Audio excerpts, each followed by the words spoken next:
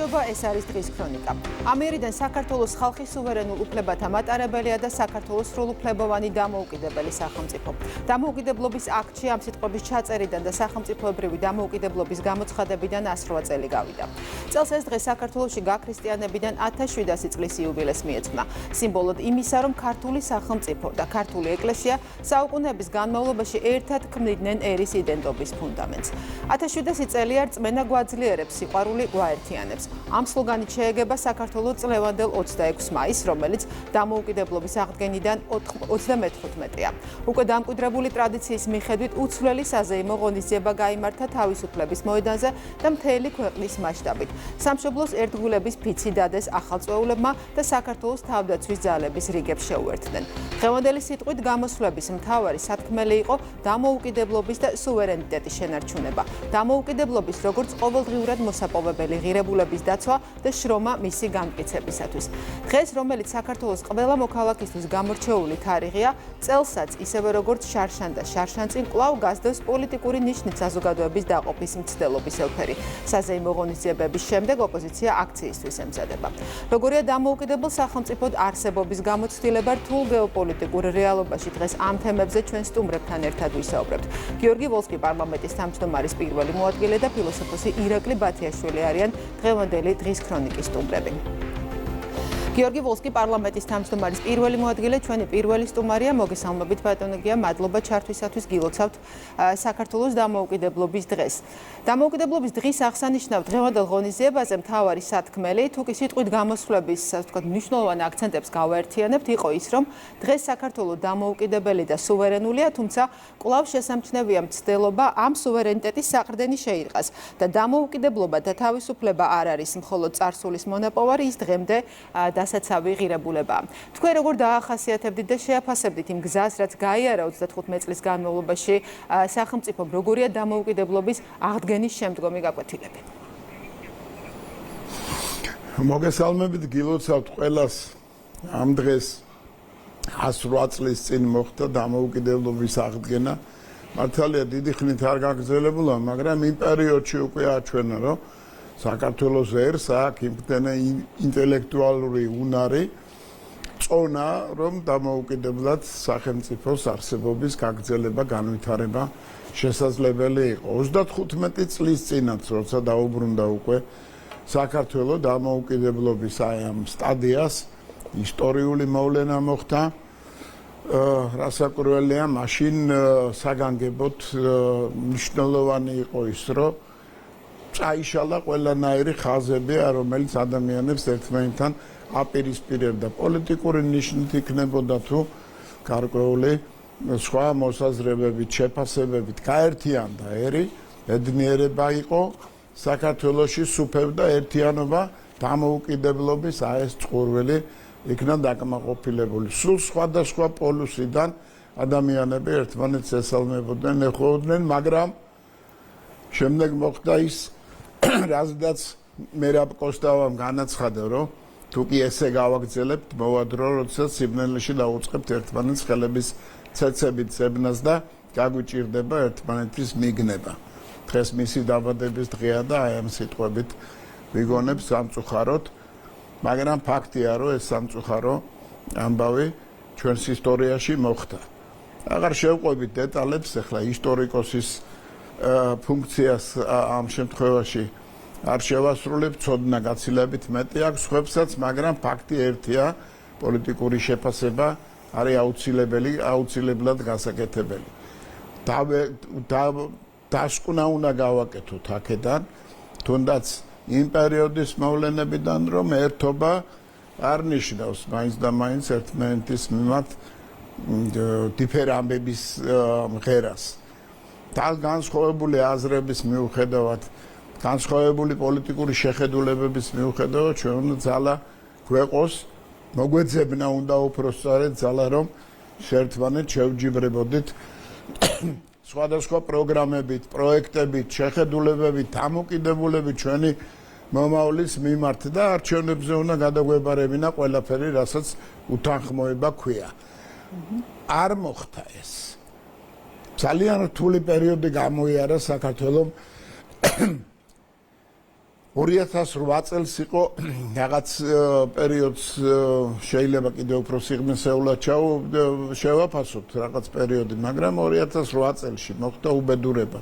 საქართველოს ტერიტორიების დიდი ნაწილი არის ოკუპირებული. 2012 წლიდან მოყოლებული აი ამ რევოლუციით ან მუქარის ან მცდელობების რეჟიმში ვცხოვრობთ. და მაინც არა თუ გადარჩა ჩვენი ქვეყანა, არამედ მიაღწია ისეთ მაჩვენებლებს, რომლებიც ძალიან შესაშურია ბევრისთვის, ვისაც არ უყვარს საქართველო და ბევრისთვის კიდე მისაბაძია, ვინც ჩვენი ქვეყნის მიმართ არის პოზიტიურად განწყობილი და ეს ყველაფერი ასახულია იმ კვლევებში, რომელიც ყველაზე საერთაშორისო, ყველაზე დიდმა საერთაშორისო ავტორიტეტის მქონე ინსტიტუტებმა გამოაქვეყნა. აი ამით მოვედით დღემდე. მილოცვა საჭიროა, აუცილებელია განსაკუთრებით ბავშვების სიხარული, ახალგაზრდების სიხარული აი ამ დღეებში რასაკვირველია უნდა იყოს ხელშეუხებელი, მაგრამ ფაქტია, რომ გარკვეულ პრობლემებს ვაწყდებით ისეთ, რომელიც საქართველოს დამოუკიდებლობაზე პირდაპირ დამოუკიდებლობის თემასთან არის დაკავშირებული. დღევანდელ თქვენ ახლა ახალგაზრდები ახსენეთ, ახალგაზრდების დიდი ნაწილი დღევანდელი თაობის არის სწორედ დამოუკიდებელ საქართველოში დაბადებული.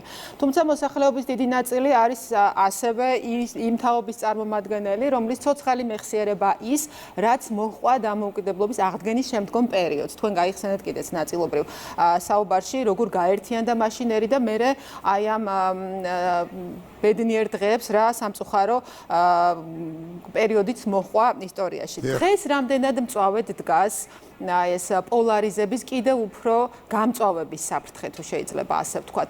როცა ვხედავთ, რომ აი დამოუკიდებლობის დღის ზეიმის პარალელურად ოპოზიცია გეგმავს აქციას. ნუ საზეიმო განწყობას რასაკვირველია ეს ვერ გააფუჭებს საერთოდ. საზოგადოების უდიდესი ნაწილი ზეიმობს დღევანდელ დღეს და ზუსტად იცის, რომ ეს არის ერთობის, დამოუკიდებლობის და სიხარულის დღე. ისევე როგორც 9 აპრილი მაგალითად, ისევე როგორც ახალი წელი, ისევე როგორც ის რელიგიური დღესასწაულები.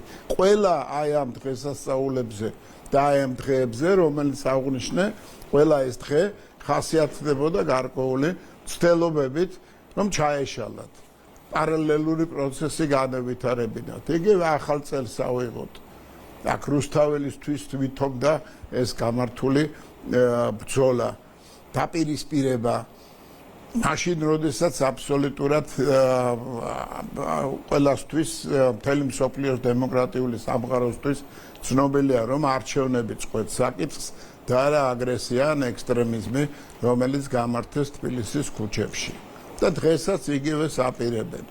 4 ოქტომბრის შემდეგ აღარ გამოჩნდა ლიდერი, რომელიც წაიყვანს აი ამ რევოლუციური გზით კვლავ ამ ადამიანების გარკვეულ რაოდენობას, რომლებმაც გადაწყვიტეს, რომ კარნახით უნდა იმოქმედონ და ქვეყანაში რევოლუციური პროცესი, დესტაბილიზაცია უნდა იყოს დასადგურებული. ფაქტია, რომ ეს ასე ხდება. ფაქტია, რომ ეს ყველაფერი რაც ხდებოდა, თუნდაც პატრიარქის დაკრძალვის დღეები ავიღოთ. ამდენი ხალხი, უშველებელი მასა, ამ დიადი სიჩუმით გლოვობს და ამის პარალელურად რა ვაკხანალია, რა პროცესები მიმდინარეობდა და ვითარდებოდა მედია სივრცეში, ქუჩებში, რა სიტყვები, რა შეფასებები გვესმოდა. იგივე მდგომარეობაში უნდათ დღეს, რომ საქართველო იყოს, როგორც ეს ხდებოდა იმ პერიოდში, როდესაც საქართველოს ყველაზე მეტი დარტყმები განიცადა. სამწუხაროა, მაგრამ სიმწვავეზე შემეკითხეთ და გეტყვით. იმდენად მწვავეა, რამდენადაც მწვავეა მდგომარეობა ზოგადად რეგიონში. არა მარტო კავკასიის რეგიონში. ახლო აღმოსავლეთში, მსოფლიოში ზოგადად დაპირისპირების ხარისხი განაპირობებს მცდელობის ხარისხს აი ამ აგრესიას საქართველოს შიგნით ჩვენს შიდა ტერიტორიაზე. ფაქტია, რომ მოახერხეს განეხორციელებინათ გარკვეული დივერსიის სხვადასხვა სახე არსებობს და მათ შორის არსებობს კიდევ ერთი სახე, რომ გამოყო ისეთი საზოგადოება, რომელსაც მობილიზაციას გაუკეთებ საკუთარი ქვეყნის წინააღმდეგ.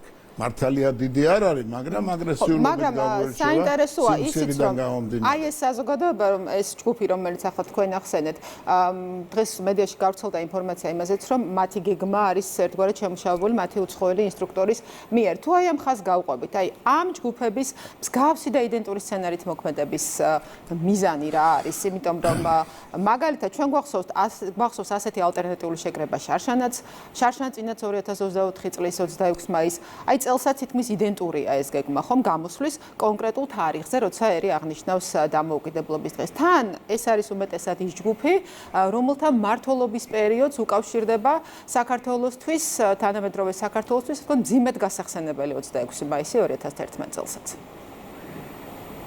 იცით რა, მოცემულობის შეფასება არ არის ძნელი, უკვე დიდი ხანი ამ თემაზე ვლაპარაკობ, ვინაც წარმოადგენს ვირა განცხადებებს აკეთებს და როგორ აღიქონს ამას საზოგადოების უდიდესი ნაწილი. მთავარია, სწორად დასმული შეკითხვა გაქვთ, მთავარია რა ხდება, რა შინაარსია და რა მიზნებს ემსახურება ეს ყველაფერი. მიზანი არ შეცვლილა, ვიმეორებთ და კიდევ უნდა გავიმეოროთ. მნიშვნელობა აქვს იმას, რაც მოხდა, რა პროცესიც ახლა მიმდინარეობს და აგერ ყველა დეტალში ვერ შევაქვს, მაგრამ რამოდენიმე გავიხსენოთ, სულ ახლა ხანს იყო ომის დაწყების შემდეგ უკრაინაში, რუსეთის შეჭრის შემდეგ, სულ ცოტა ხანში უკრაინის მაღალჩინოსნებმა, ლიდერებმა, პოლიტიკურმა ლიდერმა, კონკრეტული გვარიც ვიცით, თქვა, რომ მოლაპარაკება რეალური იყო, მოლაპარაკება შესაძლებელი იყო, მაგრამ ჩამოვიდნენ და გვითხრეს, რომ მოლაპარაკება საჭირო არ არის და ომში უნდა წავიდეთ და ომი არის ის გამოსავალი, რომელსაც უკრაინა უნდა ემსახუროს. პროქსი ომი მიმდინარეობს. მე გვახსოვს, როგორ ითხოვდნენ ჩვენგან ამ ომში ჩართვას და დღემდე ითხოვენ და მოგონილი თემა თითქოს და ჩვენ არ ვემთხოვით საგარეო პოლიტიკაში ევროკავშირს ეს სრულად გაბათილებულია იმ კვლევებით, რომელიც თუნდაც გუშინ თუ გუშინწინ გამოქვეყნდა. ჩვენ ყველა სტანდარტს ვაკმაყოფილებთ ევროპული სტანდარტი, რასაც ქვია, ჩვენ არჩევნები მოვიგეთ და საზოგადოების უდიდესი ნაწილი არის განწყობა, უდიდესი ნაწილისა არის რამ ერთი სიტყვით შეიძლება, ერთი ლოზუნგით შეიძლება დახასიათდეს. არა ომს. უკვე აღარ შევალ იმ სიღრმეებში, რასაც ქვია, ჩვენი განწყობა, ჩვენი თვითყოფადობა, ეროვნული რაღაცა ღირსების დაცვის განცდა, რომელიც გააჩნია ამ მცირე რესურსების მქონე, მაგრამ ძირითად ნაწილს აემ ჩვენი ქვეყნისა. რელიგიის მიუხედავად, ეროვნების მიუხედავად და პოლიტიკური პოზიციების მიუხედავად. მაგრამ ფაქტია, რომ შეძლეს ეს დივერსია განახორციელეს და დაპირისპირების გარკვეული პლატფორმა შექმნეს, რომელიც მათთვის სამწუხაროდ ვერ გავიდა, ვერ გაიმარჯვა არჩევნებში გარკვეული ადგილების მოპოვებაზე, დაკავებაზე უარი თქვეს პარლამენტში, მხოლოდ იმიტომ, რომ რევოლუციის წარმატების იმედი ჰქონდათ. დღესაც ეს მდგომარეობა, თუმცა რასაკვირველია, გაცილებით მეტი აქვს უკვე ინფორმაცია საზოგადოებასაც, შეფასებებით საკმარისად გაკეთდა და სახელმწიფოს რესურსებით საკმაოდ ძლიერია იმისათვის, რათა თავი დაიცვას. ბატონ გიორგი, ჩვენ საუბრობს დასასრულს უნდა ერთ თემასაც შევეხოთ, შედარებით მოკლედ იქნებ შევძლოთ. დამოუკიდებლობის დღე აღინიშნება დღეს საქართველოში ამერიკის შეერთებული შტატების დელეგაციის სტუმრობის ფონზე და პარალელურად წავიკითხეთ დღეს დონალდ ტრამპის მოსავალ წერილში, რომ წლევანდელი წელი ახალ შესაძლებლობებს იძლევა ამერიკელ და ქართულ ხალხს შორის მეგობრული კავშირების გასაახლებლად. აი რა გარდამტეხ ცვლილება შეიძლება ველოდოთ ახლო მომავალში?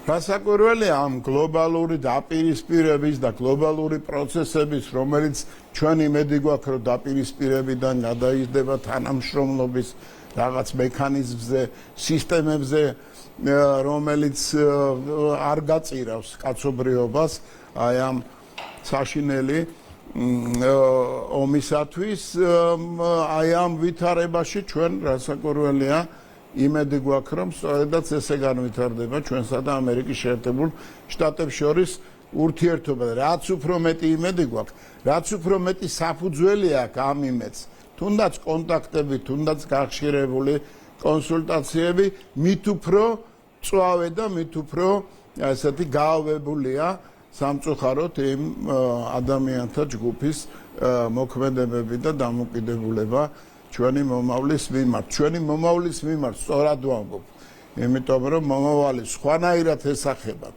ვიღაცები ფიქრობენ, რომ ევროპისკენ უნდა შემცირდეს აგრესიის პერსპექტივა რუსეთის მხრიდან და საქართველოს იქნება ალბათ გამოყენებული მათი აზრით, როგორც საზარბაზნე ხორცი იმისათვის, რათა პრობლემები შეექმნას ჩვენ საზოგადოებას და პრობლემები ნაკლები იყოს იმ მიმართულებით.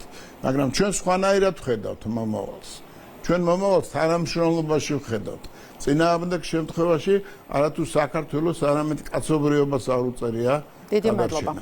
დიდი მადლობა. ეხლაც ამერიკის შეერთებული შტატების დელეგაცია აქ არის და უნდათ აჩვენონ, რომ ეს არის საზოგადოება და ამ საზოგადოების დიდი ნაწილი თითქოს და ეს არის რომელიც აგრესიული მოქმედებებით, რიტორიკით გამოირჩევა და მათი აკყოფნის პერიოდში რასაკვირველია უფრო მეტად მოინდომებენ რომ თავი დაანახონ. ძალიან დიდი მადლობა ჩართვისათვის. დღის ქრონიკის კითხვას პირდაპირ ეთერში პასუხობდა საქართველოს პარლამენტის თავმჯდომარის პირველი მოადგილე გიორგი ვოლსკი და ჩვენ საუბარს განვაგრძობთ სტუდიაში სტუმართან ფილოსოფოსი ირაკლი ბათიაშვილია ჩვენი სტუმარი. მოგესალმებით ბატონო ირაკლი, გილოცავთ 26 მაისს. მადლობა მობრძანებისათვის. თქვენ ხართ ერთ-ერთი უშუალო მონაწილე იმ პროცესების, რომელიც დაგვირგვინდა საქართველოს სახელმწიფოებრივი დამოუკიდებლობის აღდგენით. აი რომ გაიხსენოთ დღეს როგორ გაიხსენებდით იმ წარმოდგენებს, რომელიც ჰქონდათ მაშინ ამ პროცესებში მონაწილეობისას, როგორ წარმოგედგინათ საქართველოს დამოუკიდებელი საქართველოს არსებობის წლები და რამდენად შეესაბამებოდა ეს მაშინდელ იდეალებს, რომლისთვისაც ეს ძალიან დიდი პროცესი იყო და რა თქმა უნდა ალბათ ესეთი რაღაცები საუკუნეებში ერთხელ ხდება, როდესაც ჩვენ წილად გვერგო ყველას მონაწილეობა მიგვიღო ამ დიდ პროცესში, რასაც ქვია ეროვნულ განმათავისუფლებელი მოძრაობა და სწორედ მეც ესე ვთქვათ, ჩემთვის დიდი პატივი იყო, რომ ზვიად გამსახურდიასთან, მერაბ კოსტავასთან ერთად, ირაკლი წერეთელთან, გიორგი ჭანტურიასთან ერთად, ესე ვთქვათ, რაღაცა წავძღოლოდი ამ დიდ პროცესს. ჩვენ სწორედ აქ მე მინდა პირველს ყოვლისა ხაზი გაუსვა იმას, რომ აი 26 მაისია დღეს ჩვენ აღვნიშნავთ საქართველოს დამოუკიდებლობის დღეს 26 მაისს და სწორედ უმნიშვნელოვანესი მომენტი ჩვენი ეროვნული განმათავისუფლებელი მოძრაობის მისი სტრატეგიის იყო ის, რომ ჩვენ თავიდანვე გამოვკვეთეთ, რომ ჩვენ ვიბრძვით არა უბრალოდ თვით გამორკვევისთვის, რომ ეხლა გვინდა რაღაც ერმა მოვიპოვოთ ჩვენი სახელმწიფოებრიობა, არამედ ჩვენ ვიბრძვით ჩვენი სახელმწიფოებრიობის აღდგენისათვის, აი იმ სახელმწიფოებრიობის აღდგენისათვის, რომელიც 1918 წლის 26 მაისს გამოაცხადა ეროვნულმა საბჭომ. და ეს იყო ძალიან მნიშვნელოვანი, რომელიც ჩვენ წაგვართვეს ოკუპაციის და ანექსიის შედეგად, ჩვენი ნების საწინააღმდეგოდ, ეს სამართლებრივად, პოლიტიკურად იყო ჩვენთვის ძალიან მნიშვნელოვანი, რომ თავიდან გამოგვეკვეთა. ამაში დიდი როლი ითამაშა, ეს არაერთხელ ვახსენეთ ჩვენ, სწორედ ერთ-ერთი პირველი დიდი მნიშვნელოვანი საკვანძო მნიშვნელობის აქცია ეს იყო 1988 წლის 26 მაისის პირველი აღნიშვნა. ეს იყო პერიოდიც საქართველოს მოსახლეობის 90%-ზე მეტმა საერთოდ არ იცოდა რა იყო 26 მაისი. იმიტომ რომ ეს საბჭოთა კავშირის თელმა სისტემამ იმუშავა ამაზე, რომ ეს ამოეშალათ მეცნიერებიდან, რა თქმა უნდა და ჩვენთვის უმნიშვნელოვანესი იყო, რომ რაც შეიძლება სწრაფად მთელი მოსახლეობისთვის გაგვეგებინებინა, რომ 26 მაისი ეს არის ჩვენი დამოუკიდებლობის დღე და ჩვენ ვიბრძვით სწორედ ამ დამოუკიდებლობის აღდგენისათვის და ჩვენ ეს მოვახერხეთ მაშინ, ეს აქცია მაშინ სწორედ ჩვენი ორგანიზატორები ვიყავით ჩვენ მიუძღოდით ამ აქციას, მერაბ კოსტავა, გიორგი ჭანტურია, მე ირაკლი წერეთელი, ზვიად გამსახურდიას მაშინ ხანგრძლივი შიმშილობა ქონა გამოცხადებული ძალიან მნიშვნელოვანი მოთხოვნებით და აი ეს აქცია, რომელიც დიდ წინააღმდეგობებს წააწყდა თავიდან, მერე დაგვირგვინდა ძალიან ესეთი მნიშვნელოვანი, აი სადაც საოცარი ენთუზიაზმი სუფევდა ესეთი მიტინგით და გამოიკვეთა ყველასათვის, რომ ჩვენ ვიბრძვით სწორედ აღდგენისათვის ერთ დღეში, მე მინდა გითხრათ, გაიგო მთელმა პრაქტიკულად ერთ დღეში გაიგო ყველა, რომ იქამდე რა თქვენ ახსენეთ, ხო, ბევრმა არც იცოდა, ხომ, რა იყო 26 მაისი. აი, იქამდე რა იყო ის ბიძგები, რამაც ეროვნული იდეა აი გააღვიძა საქართველოს და აი საბჭოთა პროპაგანდის მუშაობის მიუხედავად ქართველებს ეროვნულ განმათავისუფლებელ მოძრაობამდე, ეხლა ჩვენ ისტორიულად ჩაუყვეთ ეს ძალიან შორს წავალთ, ეს მივალთ ილია ჭავჭავაძემდე, მივალთ ესე იგი მე ესე იგი მთელ რიგ აჯანყებებამდე, მთიულეთის იქნებოდა, მაგრამ უშუალოდ ამას წინ უძღოდა ძალიან მნიშვნელოვანი დისიდენტური მოძრაობა. სწორედ აი დისიდენტური მოძრაობის დიდი წარმომადგენლები იყვნენ ზვიად გამსახურდე, მერაბ კოსტავა, რაც ეხება ეროვნულ განმათავისუფლებელი მოძრაობა, რომელიც ესე ვთქვათ, რომელიც დაიწყო სწორედ 80-იან წლებში, სხვათა შორის ერთ-ერთი პირველი შეკრებები ხდებოდა ჩემს სახლში, ჩემ მაგიდასთან და ესე ჯერ იყო ვიწრო, მე სწრაფად ფართოვდებოდა, იქ ძალიან საინტერესო შეხვედრები იყო, მიდიოდა სიტუაციის ანალიზი, ვიწევდით ძალიან საინტერესო ხალხს, მაგალითად მერაბ მამარდაშვილი აკეთებდა ძალიან საინტერესო მოხსენებებს და აი ეს და მე ესე იგი ზრდა გაფართოება ძალიან სწრაფად დაიწყო ეროვნულ მოძრაობამ. ჩვენ გამოვკვეთეთ თავიდანვე ესე იგი ჩვენი მოთხოვნები, მრავალი მოთხოვნა იყო იქ ეკოლოგიის სფეროშიც იყო, პოლიტპატიმრების განთავისუფლების სფეროში იყო, უამრავ სფეროში, ადამიანის უფლებების დაცვის სფეროში, მაგრამ თავარი რა თქმა უნდა, აი ეს გამოიკვეთა, რომ ჩვენ ვიბრძვით ჩვენი სახელმწიფოებრიობის აღდგენისათვის იმ სახელმწიფოსი, რომელიც გამოცხადდა 1918 წლის 26 მაისს. აი ესეთი იყო განვითარების გზა და მე სულ აღმავლობის გზით წავიდა ეროვნულ განმათავისუფლებელი მოძრაობა. მე მინდა აქ ერთი რამე აღვნიშნო, რომ როდესაც 1918 წლის 26 მაისს ეროვნულმა საბჭომ გამოაცხადა დამოუკიდებლობა, მაშინ ჩვენ დამოუკიდებლობა ღვთისწყალობით მივიღეთ როგორც საჩუქარი, უბრძოლველად მივიღეთ მთელი გეოპოლიტიკური რეგიონში დიდ რეგიონში ცვლილებების შედეგად, ეს იყო დიდი წყალობა, დიდი საჩუქარი, ამას მთელი რიგი ვითარებები უძღოდა წინ, მაგრამ სამწუხაროდ მაშინდელი მთავრობა, სოციალ-დემოკრატიული მთავრობა მოწოდების სიმაღლეზე ვერ აღმოჩნდა, რომ ეწარმოებინა შორსჭრეტეული წინდახედული პოლიტიკა დამოუკიდებლობის გამტკიცებისათვის და რაც მთავარია, რათა დაეცვა ეს დამოუკიდებლობა აი იმ აგრესიის პირობებში, იმ აგრესიისგან, რაც განხორციელდა 1921 წელს. თუმცა ერთი რამე რაც კაი გააკეთეს, მათ კაპიტულაციაზე ხელი არ მოაწერეს, მაგრამ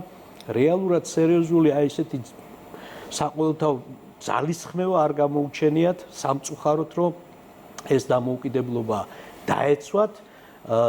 სამოქალაქო საზოგადოებაც მაშინ აი არ იყო ესე ვთქვათ მოწოდების სამწუხაროდ სიმაღლეზე, ამ სიმართლეს თვალი უნდა გაუსწოროთ და იმიტომაც ესეთი ჩვენ მაშინ 3 წლის მერე ესეთი მარცხი განიცადა ალბედითი ჩვენმა ქვეყანამ, რაც შეეხება დღეს, მე მინდა გითხრათ, რა თქმა უნდა, მიუხედავად უამრავი პრობლემებისა, უამრავი ძალიან სერიოზული ვთქვათ საკითხებისა, რომელიც ჩვენ წინაშეა დაგროვილი, დღეს სხვა ვითარებაა. ამ საკითხში ხელისუფლებაც და ხალხი არის, აი უკვე ჩანს აბსოლუტურად ერთიანი, რომ რაც შეეხება დამოუკიდებლობას, სუვერენიტეტს, ეს ცნებები ჭიდროდ არის ერთმანეთთან დაკავშირებული, თუმცა ერთ-ერთი არ არის, უნდა გითხრათ, მაგრამ უმჭიდროვესად ერთმანეთს გულისხმობენ.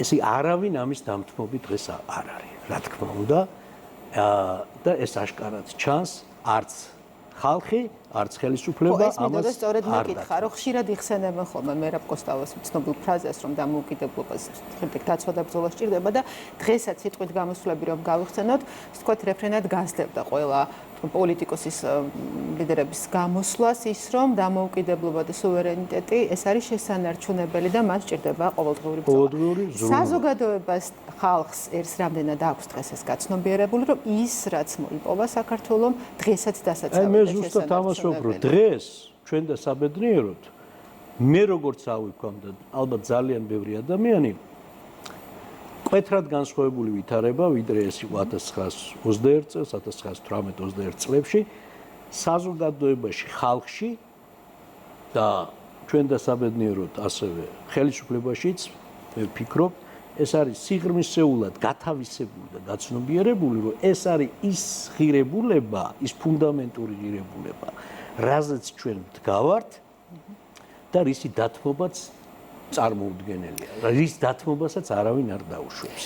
ბატონი ირაკლი, ისიც გვახსოვს, რომ 1991 წლის შემდეგ საკმაოდ მძიმე პერიოდი იყო საქართველოს უახლეს ისტორიაში და ხშირად გაგვიგია შემდეგ, რომ პროცესიც არის ხოლმე დაპირისპირება, პოლარიზება, მწვავდება, ხშირად არის საფრთხე იმაზე, რომ ეს არ განმეორდეს სამოქალაქო დაპირისპირება ისეთი, როგორიც საქართველოს უახლეს ისტორიას ახსოვს. და ხშირად მიუთითებენ იმასაც, რომ ამის მცდელობა აქვთ კონკრეტულ პოლიტიკურ ჯგუფებსაც. თქვენ ხედავთ აი ასე გამწვავების საფრთხეს, რამდენად არის ამის საშიშროება? მე პირველ რიგში მინდა გითხრათ, რომ ის რაც ხდება, ესე იგი ის პროცესი, რომელიც დაიწყო 80-იან წლებში და დაგვირგვინდა 99 წელს მოხდა გარდატეხა 9 აპრილს პრაქტიკულად ჩვენ მაშინ გადამწყვეტი ეს იყო გადამწყვეტი უკვე ნაბიჯი, როდესაც შეუქცევადი გახდა ჩვენ მიერ დამოუკიდებლობის მოპოვება, შემოbrunების წერტილი იყო 99 წლის 9 აპრილი და ამიტომაც მე მინდა ხაზი გაუსვა, რომ კიდევ ერთხელ თქვა, რომ ჩვენ გვმართებს სათანადოდ დავაფასოთ ის ადამიანები, ვინც 1999 წლის 9 აპრილს თავისი სისხლით და თავგანწირვით მოუტანა ჩვენ ხალხს ეს დამოუკიდებლობა. აი ეს ყოველთვის უნდა გაცნობიერებული გქონდეს და რომელიც აი ეს პროცესი დაგვირგვინდა 1991 წლის 9 აპრილს, როდესაც სვიად გამსახურდიამ და მაშინდელმა ხელისუფლებამ გამოაცხადა საქართველოს დამოუკიდებლობის აღდგენა. აი ეს პროცესი უნდა გავმიჯნოთ შემდგომი პროცესებისგან, როდესაც იწყება სხვათა შორის გარეშე ძალების, გარე ძალების აქტიური ზემოქმედებით, აქტიური ჩარევით. მაშინ ეს გარე ძალები ძირითადად, რა თქმა უნდა, იყო მოსკოვი, კრემლიდან იყო ეს ყველაფერი ინსპირირებული, აქტიური ჩარევით დაიწყო ესეთი პოლარიზაცია და შიდა დაპირისპირება საქართველოში.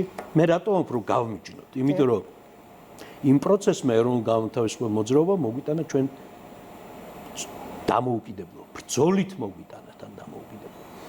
როცა ვლაპარაკობთ პოლარიზაცია, ეს სხვა პროცესია. რა თქმა უნდა, ეხლა იგივეა, რომ ამერიკის შეერთებულმა შტატებმა მოიპოვეს დამოუკიდებლობა ჯონ ადამსებმა, ვაშინგტონებმა და თომას ჯეფერსონებმა და მერე მოგვიანებით დაიწყო სამოქალაქო ომი, ეს იმას არ ნიშნავს, რომ დამოუკიდებლობა რომ მოიპოვეს აი ამ დიადი ბრძოლით, ამით ის რაღაცნაირად შელახული იყოს, ხო, ამით ამაყობენ დღემდე იმ დეკლარაციით, რომელიც ამიტომ ჩვენ ეს უნდა გავმიჯნოთ ერთმანეთისგან ის პოლარიზაცია, რაც დაიწყო მაშინ, რომელიც გაღრმავდა და სამწუხაროდ შემდგომ ესე რომ ვთქვათ, გადავიდა სამოქალაქო შეიარაღებულ დაპირისპირებაში, რომლის შედეგადაც დამხობილი იქნა კანონიერი ხელისუფლება, აბსოლუტურად ლეგიტიმური ხელისუფლება. ცით რა არის, ამ დაპირისპირებების მანკიერ მავნე შედეგებს ჩვენ კაიხანი ვიმკიდით და შეიძლება ჯერ კიდევ ვიმკიდით ამ უმძიმეს შედეგებს. საერთოდ სამოქალაქო დაპირისპირება არის ერთ-ერთი ყველაზე უფრო, რა თქმა უნდა, დიდი უბედურება ნებისმიერი ქვეყნისათვის, რაც შეეხება დღევანდელ ვითარებას. იცით რა არის? კრემლი მაშინ ჩარეული იყო რუსეთი, რომ ეს დაპირისპირება გაეღვივებინა. ორი მხარეს მოქმედებდა აქტიურად, რომ ეს გაღვივებულიყო. და ჩვენ ვხედავთ ახლა ასევე გარეშე ძალების ჩარევას, რომ ეს დაპირისპირება მოხდეს საქართველოში. მე დღევანდელ სიტუაციაზე ვლაპარაკობ. რაც ჩანს დღის შუქზე აშკარად მუდმივი პერმანენტული ინსინუაციები, მცდელობები, ჩვენი სუვერენიტეტის ხელყოფის, ესე იგი დესტრუქციული პროცესების და დესტაბილიზაციის პროცესების წაქეზების და წახალისების, ეს დღეს მოდის ძირითადად ევრობიუროკრატიის და ევროკავშირის პოლიტიკური ისტებლიშმენტის გარკვეული სერიოზული ნაწილიდან და ამას თან აქვს უკვე რეგულარული ხასიათი, ესე იგი, მაგრამ რაშია საქმე? პრობლემა არის ის, რომ და ამას თვითონაც ხედავენ, რომ თვითონ ჩვენი ოპოზიცია დღევანდელი რო აღვთ, მე ახლა არ მინდა არავისზე რაღაც ისეთი საუბარი, მაგრამ მე არ მახსოვს საქართველოს, აი რაც მე ახლა 80-იანი წლებიდან მახსოვს, აი ყველანაირი ოპოზიცია მახსოვს, ისეთი ყოველთვის არსებობდა, ხო? ესეთი უავტორიტეტო ოპოზიცია, ესეთი ურეიტინგო ოპოზიცია, რომელსაც რეალურად არანაირი მხარდაჭერა ხალხში არ აქვს. ოპოზიცია, რომლის წამყვან ძალას დღესაც წარმოადგენს ნაციონალური მოძრაობა და მისი დანაყოფები. სწორედ ნაციონალური მოძრაობის პერიოდზე მინდა კითხოთ. და დავამთავრებ, ეს აზრი დავასრულოთ, რომ ცოტა დრო გრჩება და ეს თემაც ის ძალა, რომელიც არის თავისი ხელისუფლებაში ყოფნის დროს ძალიან მძიმედ დისკრედიტირებული, რა თქმა უნდა, ეს ოპოზიცია ვერასდროს, ესეთი ოპოზიცია ვერასდროს ვერ ისარგებლებს საზოგადოების მხარდაჭერით. ყველაზე დიდი კიდე უბედურება ის არის, რომ ისინი თავად ამას ვერ აცნობიერებენ. მათ პერსპექტივა არ აქვთ ამისი, რომ მოიპოვონ ფართო საზოგადოების მხარდაჭერა და თან რატო? იმიტომ რომ აშკარად ჩანს, ესე იგი, ყველასათვის, მთელი საზოგადოებისათვის, რომ ეს ძალა იბრძვის არა იმიტომ, რომ მას რაღაც უკეთესი პერსპექტივის გახსნა უნდა ქვეყნისთვის. არამედ ამოძრავებს ერთადერთი რევანშის წყურვილი, ამოძრავებს ერთადერთი ხელისუფლებაში კვლავ დაბრუნების წყურვილი და ამას ახლა ყველა ხედავს. 2011 წლის 26 მაისი მინდა და გაგეხსენებინათ დღე, რომელიც უკავშირდება სწორედ აი ამ ძალის მმართველობის პერიოდს. ეს დღე როგორ დარჩა მეხსიერებაში და რამდენად განსაზღვრავს ის დღემდე ხალხის პოლიტიკურ არჩევანს? არა, ეს იცით რა არის, მე მინდა აღნიშნო და ერთხელ უკვე ვთქვი მე, რომ სამწუხაროდ ეს დღე აღმოჩნდა მაშინდელი რეჟიმის მიერ, ნაციონალური მოძრაობის რეჟიმის მიერ, ეს იყო პირდაპირ შებღავლა, შეურაცხყოფის მიყენება 26 მაისის დიადი თარიღისათვის.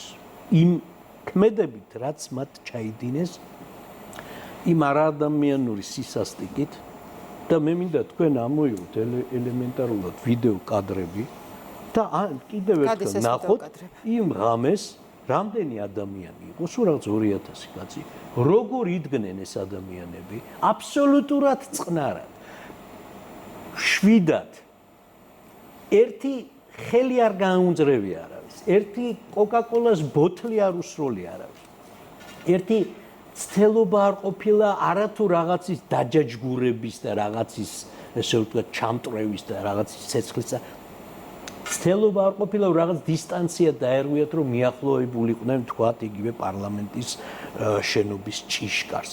აბსოლუტურად ესე წყნარად იყო და მთელი ეს ადამიანები, მომიტინგეები.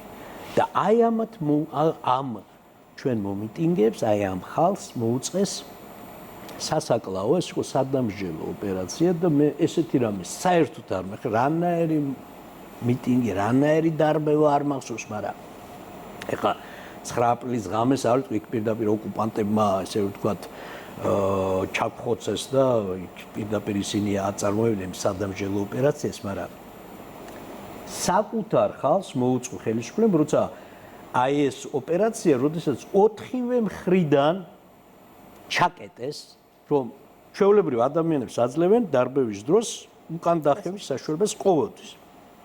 4-ვე მხრიდან იქნა ჩაკეტილი ალყად დარტყმული იმისთვის, რომ იქ ცემით მოეკლათ ხალხი და იქ გარდაიცვალა დარბევის შედეგად 2 ადამიანი, 2 მოკვდა. ერთი აქედან ცინიკურად შემოაგდეს მეტროს თავზე, რომ ვითომ დენისგან გარდაიცვალა და ყველა მიცის, რომ ის მოკლეს. ერთი ადამიანი დაბრმავდა ბესო ტაბადაძე ცალითვალით. უამრავი ადამიანი სასტიკად იყო ნაცემი და 26 მაისის მერე ეხლა ადმინისტრაციული იმით ხო წესით ხო უამრავი დააპატიმრეს, მაგრამ კიდე უფრო მეტი დააპატიმრეს სისხლის სამართლის პასუხისმგებლობით, სერიოზული, ესე რომ ვთქვათ, სასჯელით, 5 წლიანი პატიმრობით, დაახლოებით 20-მდე ადამიანი, ეხლა აღარ ჩამოვთვლი, აი მთელი ჩვენი მეგობრები, მაშინ გია სალუქვაძე, ივად ჭიღვინაძე, პახვას ტურვა, ზვიად ბერაძე, უამრავი გაძეძგილი იყო ციხე სწორედ ამ ადამიანებთან. აი ეს მეორე დღეს, ესე იგი, იყო ცეკვა თამაში, აღნიშვნა, მუსიკა, აი იმ სისხლიან რუსთაველის გამზირზე. დიახ. მადლობა მობრძანებისათვის. ამოიწურა ჩვენი სასაუბრო დრო სამწუხაროდ ვეღარ განვაგრძობთ საუბარს. ირაკლი ბათიაშვილი გახლდათ დღის ქრონიკის სტუმარი და კიდევ ერთხელ მიულოცა სრულიად საქართველოს 26 მაისს. ჩვენი გადაცემა ამით დასრულებულია. ჩვენ ერთმანეთს რამდენიმე დღეში შევხვდებით. პარასკევს ნახვამდის.